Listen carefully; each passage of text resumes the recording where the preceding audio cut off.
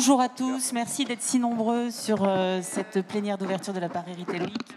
Merci Vincent pour la présentation de cette étude fort riche d'Havas sur laquelle nous allons réagir avec des grands noms du retail. J'ai nommé qui sont avec moi Maud Funaro qui est Chief Transformation Officer chez Printemps en noir. Je suis ravie d'être là.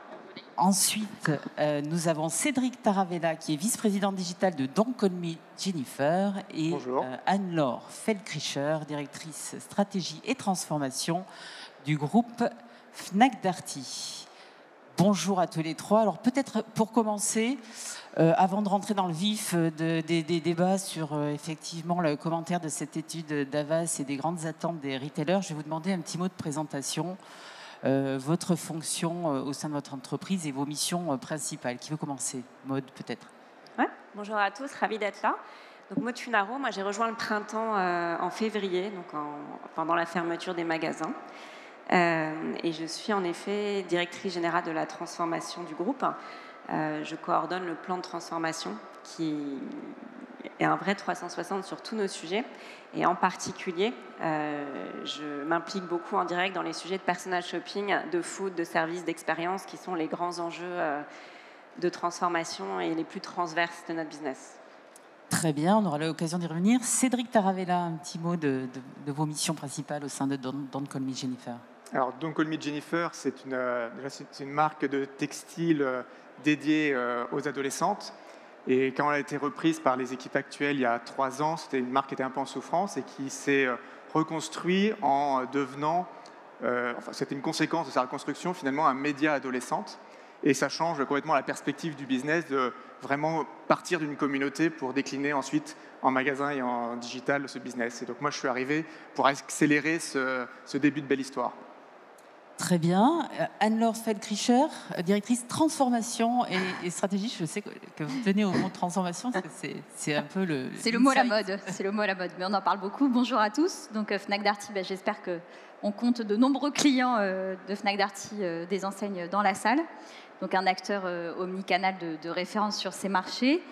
Mon rôle consiste un petit peu comme Maud finalement à essayer d'animer la transformation. On a des enjeux très importants de changement, d'évolution. On a publié un nouveau plan stratégique en début d'année qui nous emmène dans cette transformation. Donc on sait où on va autour de la durabilité des services et du renforcement de notre cœur métier de spécialiste retailer omnicanal. Et donc l'enjeu va être de mener tout ça et de réussir notre transformation. De mettre en musique tout ça. Alors très bien. Donc première tendance que nous a exposée Vincent Maillet d'Havas, 85% des commerçants déclarent avoir constaté des changements de comportement chez les consommateurs. Et 93% de ces consommateurs observent une envie d'acheter plus local, plus bio, plus clean. Alors moi, j'ai envie de vous demander, dans vos organisations, est-ce que ces changements des consommateurs, vous les constatez et est-ce qu'elles s'incarnent vraiment dans vos organisations? Qui veut répondre sur ce sujet? Moi, je veux bien. Clairement, c'est plus qu'une priorité, c'est un impératif. Et ces enjeux de responsabilité de RSE ne peuvent plus aujourd'hui être traités à part, à côté, comme un truc qu'on fait. C'est trop tard pour faire ça.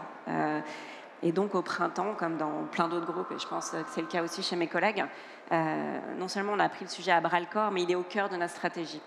Et vous sentez que c'est une injonction des consommateurs? On veut consommer mieux? En fait, ça doit être intégré à l'ADN de marque. C'est pas juste c'est un impératif qui s'impose, mais c'est quelque chose qui doit être intégré dans la stratégie de marque. Et pour que ce soit bien fait et que ça marche, il faut que ce soit fait en cohérence. Très concrètement, au printemps, on a 3 piliers qu'on a lancé ce mois-ci. Donc c'est hyper récent pour nous. On a lancé un label, on a lancé un espace qui s'appelle le 7e ciel et un service qui s'appelle le second printemps. Et les 3 sont interdépendants. Le label, donc on a lancé au début du mois un label qui s'appelle Unis vers le beau responsable, qui a pour vocation d'éclairer nos consommateurs, de les guider et d'accompagner les marques que nous vendons dans cette transition. Donc ça, c'est plus une démarche de plateforme, d'ouverture et d'éclairage d'information. C'est un label qui travaille autour de 4 axes. Il y a l'humain, avec des sujets sociétaux, d'inclusivité, un axe éthique, donc là on va notamment parler de local, un axe nature, environnement, et un axe de circularité. Et là, on va plus parler de réutilisation de fibres ou d'upcycling. On a déjà 400 marques qui ont rejoint ce label et l'idée, c'est de pouvoir éclairer nos clients tout au long de leur parcours magasin et de mettre en valeur les marques qui sont déjà plus de 400 qui rejoignent ce label. Le deuxième axe, c'est l'ouverture du 7e ciel. Ça, c'est un espace incroyable qu'on a inauguré la semaine dernière. C'est le plus grand espace de Paris, peut-être d'Europe, dédié à la mode responsable. C'est 1300 mètres carrés. Et pourquoi c'est important ? Pourquoi ce n'est pas anecdotique ? Parce que c'est un espace d'exception où les produits sont traités comme dans le reste du magasin. Ce n'est pas un truc à part, un corner pour dire on fait du vintage, ce n'est pas ça. C'est vraiment un lieu incroyable. La mode responsable, est-ce que vous pouvez expliquer ? Alors, il y a 2 parties.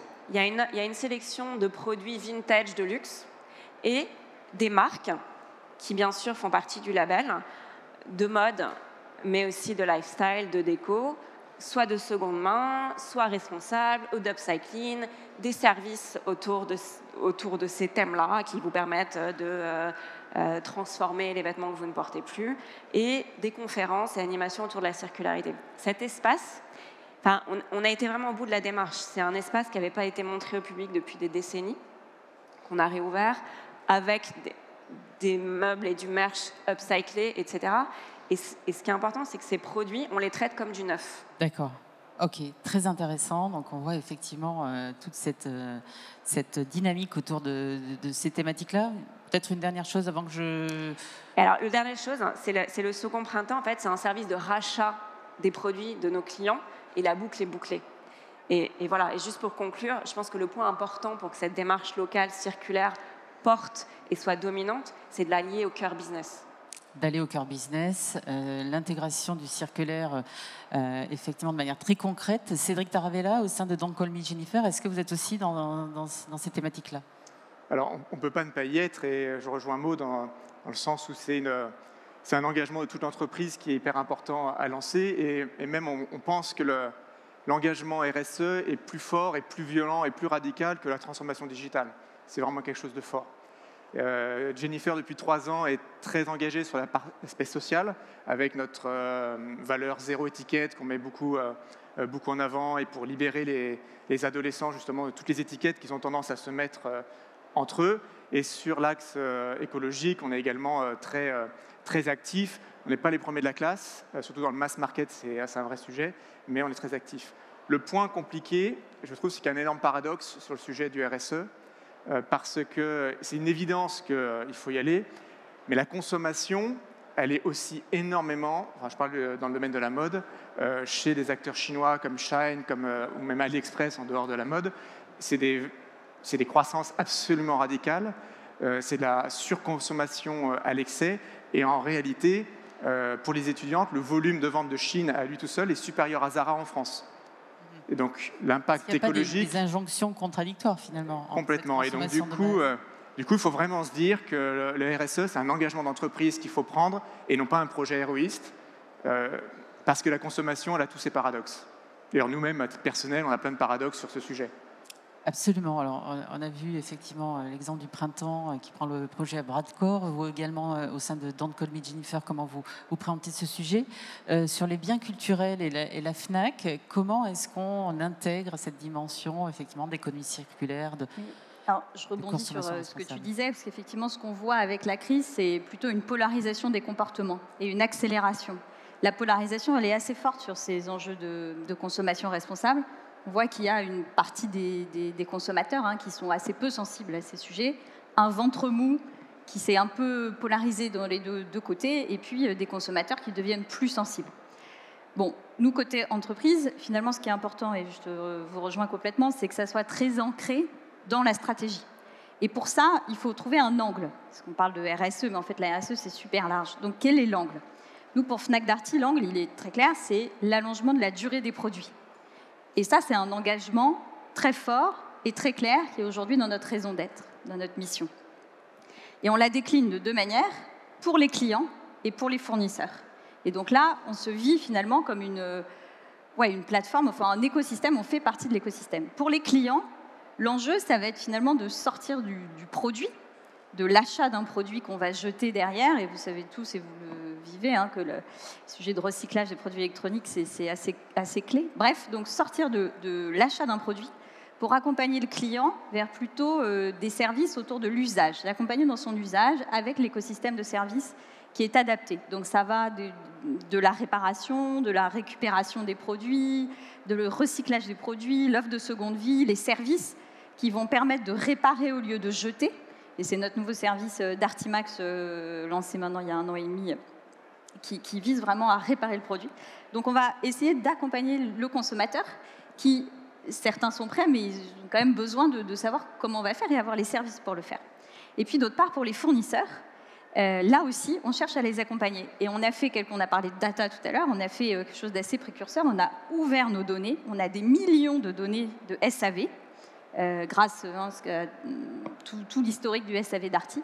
Et on a mis à disposition ces données de manière ouverte et transparente à nos fournisseurs pour dire, vous voyez, ce produit-là, il est durable, il est réparable, il est fiable ou il ne l'est pas. Et on sort donc notre baromètre du SAV à chaque fois, qui est assez regardé par nos fournisseurs, et on les accompagne en mettant à disposition nos données dans cette démarche. Donc on se vit vraiment, voilà, je pense en un message, c'est vraiment essayer de trouver un angle assez fort pour s'engager vraiment en tant qu'entreprise. Donc nous, c'est l'allongement de la durée de vie des produits, la durabilité, et puis travailler en amont et travailler aussi, aider le client.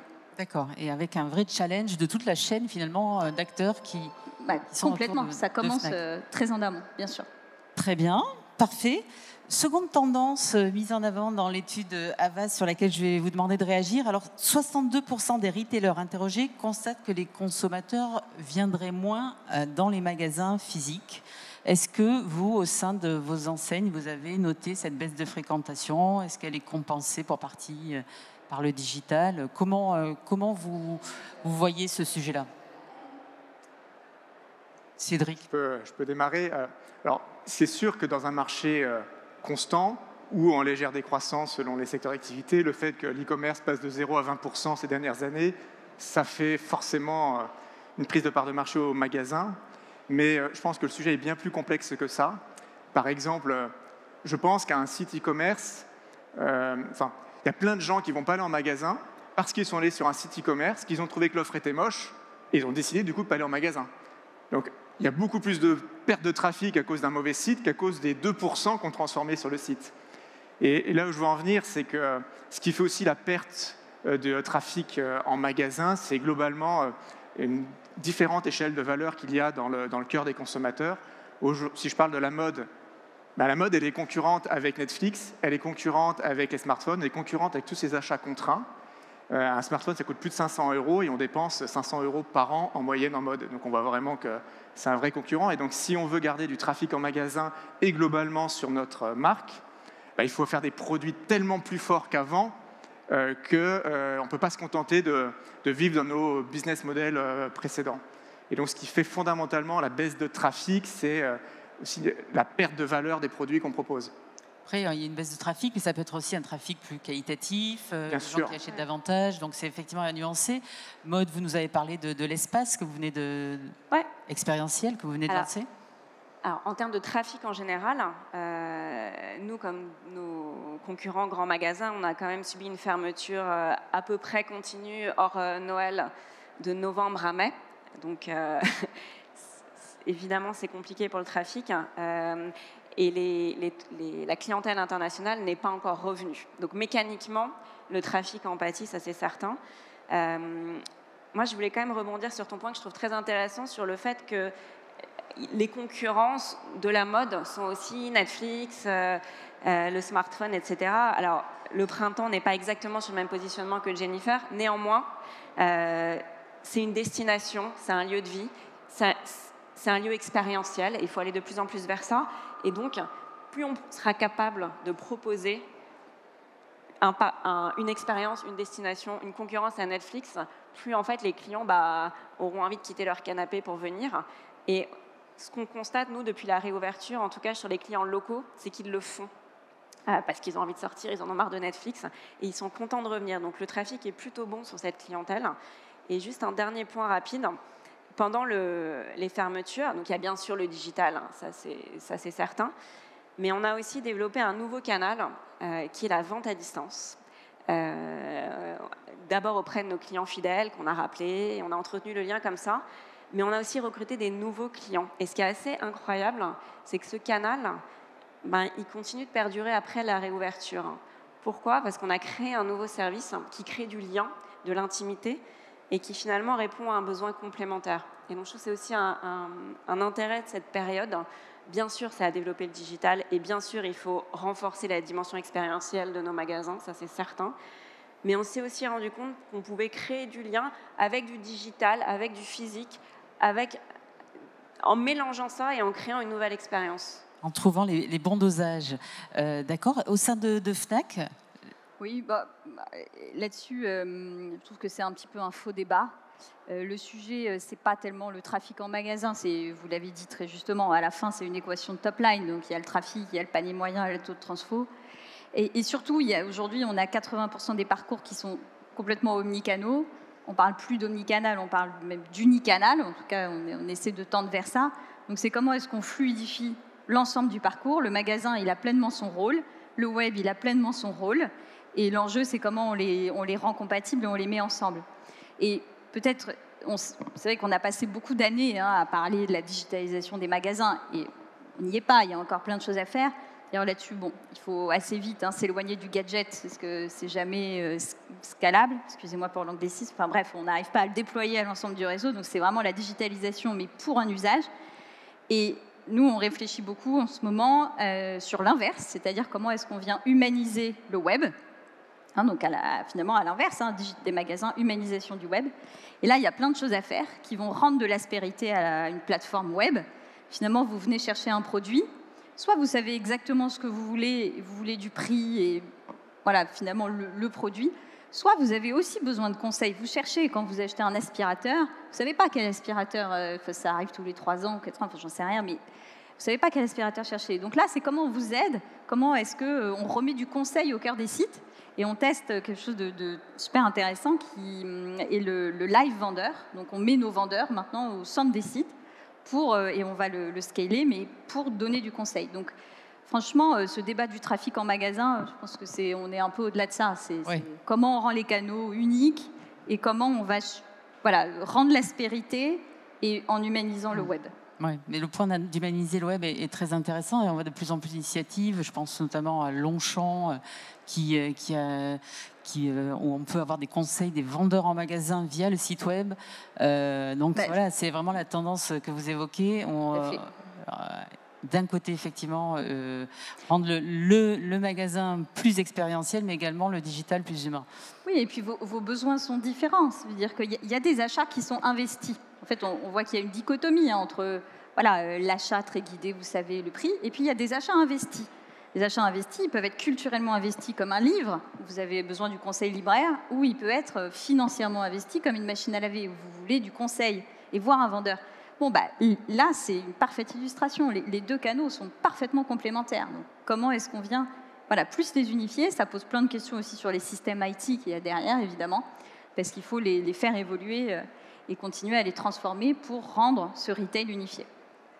On a tous été derrière nos écrans sur des visioconférences pendant de longs mois, donc on peut imaginer un petit peu le futur du magasin à mi-chemin entre physique et digital. Ça m'amène justement à une question, peut-être rapidement, parce qu'on va plutôt se projeter sur l'avenir, mais sur un petit point rapide sur la manière dont vous avez traversé peut-être la crise dont on commence à sortir et finalement ce qu'elle vous a appris en termes de business plus particulièrement. Qui veut peut-être prendre la parole sur ce thème? Cédric, un petit insight à partager. En réalité, c'est quand même une question dure à adresser en très peu de mots et qui est... il y a énormément de complexité. Qu'est-ce que vraiment on peut retenir et qui va être périn pour l'avenir? Moi, ce que je retiens en tout cas, c'est que les business models ont été plus que bousculés. Ils étaient déjà bousculés avant, mais ça faisait pas assez mal. Là, on a eu extrêmement mal. Et du coup, on a ouvert les yeux et on a vu qu'on était très fragile. J'emploie des termes forts parce que je pense que c'est une réalité et on s'est presque senti obsolète. dans notre manière de travailler. Et donc, du coup, cette prise de conscience, plus une fragilité qu'on a, parce que maintenant, on est tous des entreprises endettées, et face à ça, on voit des champions qui arrivent, qui ont compris comment tirer les ficelles de cette situation, eh bien, ça nous fait, en réalité, gagner énormément de temps de discussion pour se mettre en mouvement et opérer les transformations qu'on avait en tête, mais qu'on ne bougeait pas suffisamment fort, ou en tout cas, qu'on n'adressait pas avec assez de radicalité. Très intéressant. Maud, un petit mot peut-être sur la période écoulée. Je vous parlais à l'instant de la vente à distance qu'on a mis en place. Et en fait, on s'est rendu compte que la valeur... Alors, bien sûr, on a un lieu magnifique avec une offre incroyable, tout ça. Mais la valeur qu'on a... Cette crise, elle nous a permis de réaliser que la valeur vraiment distinctive qu'on apportait et qui perdurait malgré tout ça, c'était le conseil, la curation, la relation.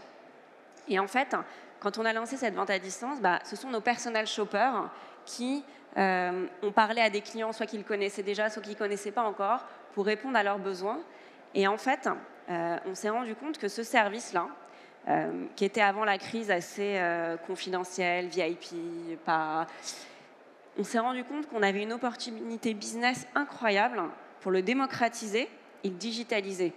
Ça veut dire plein de trucs concrètement. Un des points, c'est ce que mentionnait Anne-Laure, évidemment, avoir un site web, si c'est juste pour mettre des produits affichés, c'est pas que c'est pas la peine, bien sûr, il faut le faire, mais on va avoir du mal à apporter notre ADN. Et même si on a une offre incroyable, très large, etc., d'autres le font aussi. En revanche, si c'est nos personal shoppers qui apportent leur curation, si quand on est sur le site, on peut leur parler en un clic, etc., etc., et inversement, si quand on est en magasin, on peut se faire conseiller, alors on apporte quelque chose de différent et on rentre dans une relation personnalisée. Et cette offre très large, qui des fois peut être étouffante, on a un moyen de naviguer. Bref, nous on s'est rendu compte avec ce Covid que l'humain, c'était pas quelque chose... Enfin, évidemment, on a nos vendeurs, c'est très important, mais on s'est rendu compte que c'était un axe que l'on pouvait mettre en avant et qui pouvait être le cœur de notre stratégie omnicanale. Passionnant. Anne-Laure, peut-être pour boucler la boucle sur la période écoulée, qu'est-ce que vous nous diriez comme enseignement principal ?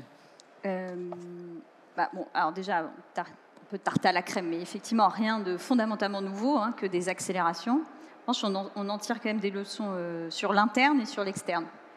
En interne, je pense que la crise nous a appris à vraiment tous les bienfaits et les apports du focus.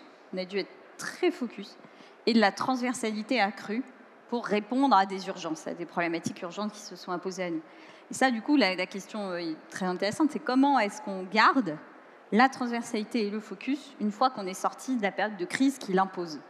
Et donc ça questionne les modes de fonctionnement, la culture, les sujets de bureau, qui même, c'est un peu naïf ce que je vais dire, mais les tout, avec le dernier étage, le CEO, l'IT tout en bas, bon, tout ça aussi, finalement, ça ne vient pas matérialiser de la transversalité. Donc comment est-ce qu'on va travailler tout ça pour garder transversalité et focus, qui ont été des vrais apports, en tout cas des vrais tests positifs pendant la crise. Et en externe, sur le business model, ce que ça vient questionner, je trouve énormément, c'est comment, finalement, dans nos business models de distributeurs qui sont très challengés, on se transforme, on change pour rentrer dans le cercle d'intimité du client. Et c'est ça la question clé. Comment est-ce qu'on devient l'allié, le partenaire au quotidien du client? On intègre son intimité. Il y en a qui font très bien déjà, des modèles qui existent qui font très bien. Donc le luxe, par exemple, c'est déjà dans votre intimité. Les modèles de convenience très forts comme Amazon sont déjà dans votre intimité. Un Netflix est rentré dans votre cercle d'intimité aussi. Et nous, Fnac Darty, comment on va faire pour faire la même chose, avec un angle différent, bien sûr, qui sera ni le luxe, ni l'ultra convenience d'Amazon. Donc, comment on va faire? Et notre réponse à ça, et on y travaille, c'est en cours, c'est finalement le service autour du foyer, de l'enrichissement intellectuel et de l'enrichissement de votre foyer. Comment est-ce qu'on va venir vous accompagner et vraiment être dans ce cercle d'intimité? Et c'est peut-être ça sur les business models, ce que la crise a questionné chez nous. D'accord, très intéressant.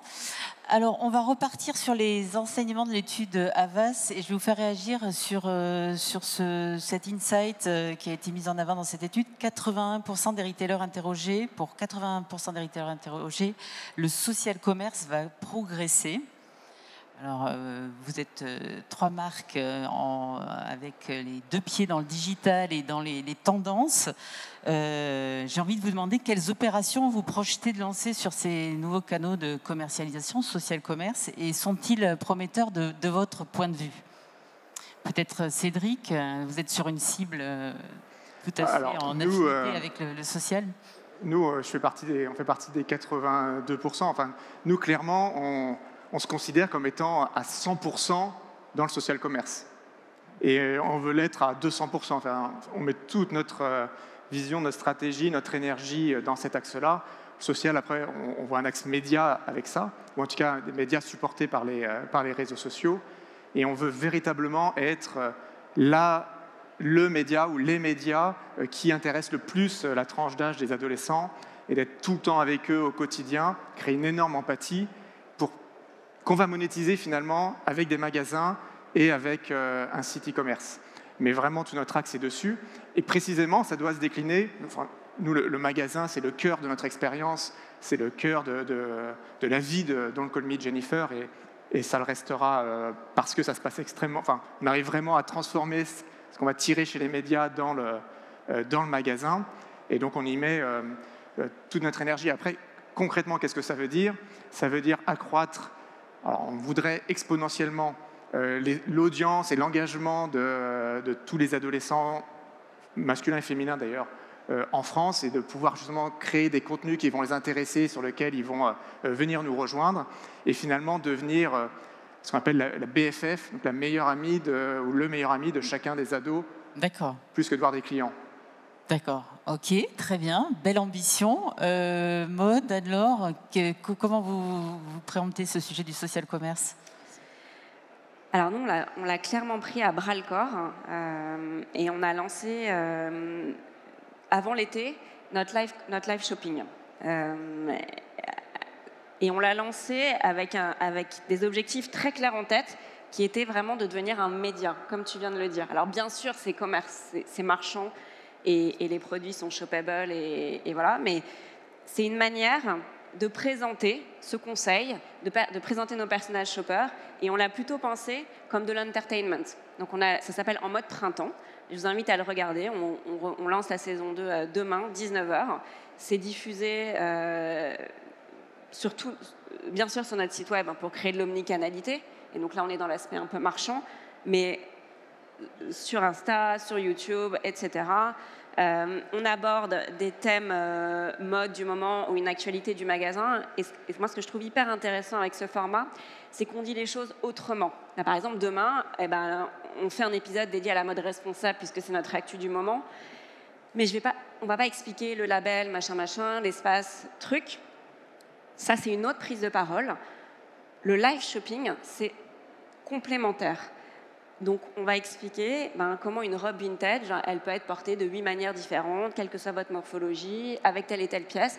Et on s'adresse aux clients. Et ce qui est assez incroyable, en tout cas ce qu'on a constaté lors de la première saison, les 4 pilotes qu'on a fait, on a des taux d'interactivité et d'engagement dingues. Mais dingues. Justement, ça transforme ou pas Et bien sûr, ça transforme. Bien sûr. Après, c'est un format qui, pour moi, doit être regardé dans une équation beaucoup plus globale que la seule transformation directe. Ça transforme, mais c'est vraiment un média, c'est une manière de nous présenter différemment, c'est de la relation client, enfin, c'est tout ça à la fois. Et donc, les KPI qu'on regarde, c'est pas que le chiffre d'affaires, c'est les adresses email qu'on collecte, c'est le nouveau trafic qu'on drive sur le site qui n'était jamais venu avant, c'est des impressions dingues sur les réseaux, etc., etc. La notoriété, j'imagine. La notoriété, c'est du rajeunissement de notre cible, c'est tout ça à la fois. Et puis, c'est une autre manière. Je vous ai parlé tout à l'heure d'un service de personal shopping. Je vous le raconte comme ça. Je peux vous raconter le process. C'est pas concret. Là, c'est nos personal shoppers qui parlent. Et donc, vous les voyez en action. Donc, c'est vraiment de l'humanisation. Et les call to action, ce n'est pas juste acheter des produits, c'est prenez rendez-vous, etc. etc. C'est plus large. D'accord, très intéressant. Un petit mot peut-être pour boucler sur le sujet. Oui, très rapidement. Parce que finalement, le social commerce, c'est la nouvelle frontière un peu de la curation. Enfin voilà, comment on donne du conseil, on appelle curation, bon, conseil. C'est une nouvelle manière de donner du conseil. Donc, très concrètement, nous, on a peut-être 2 initiatives clés. C'est vrai qu'on fait du live avec les influenceurs, des vendeurs. On en a fait déjà plus d'une centaine. Et puis surtout, c'est comment mettre le vendeur au cœur des sites et avoir ces visios et ces chats vendeurs sur le site. Finalement, c'est un petit peu, ça revient à la confluence de tous les sujets qu'on a abordés, finalement, parce qu'on a à nouveau des influenceurs, on a du digital, on a du physique, on a de l'expérientiel, on a une relation client. Eh bien, ce sera le mot de la fin, parce que nous arrivons au terme de cet échange. On vous remercie. Je crois qu'on peut vous applaudir. Cédric Taravella, vice-président digital de Don't Call Me Jennifer, Anne-Laure Feldkricher, directrice stratégie et transformation du groupe Fnac Darty, et Maud Funaro, Chief Transformation Officer de chez Printemps. On vous réapplaudit une fois pour cet échange passionnant. Merci à vous.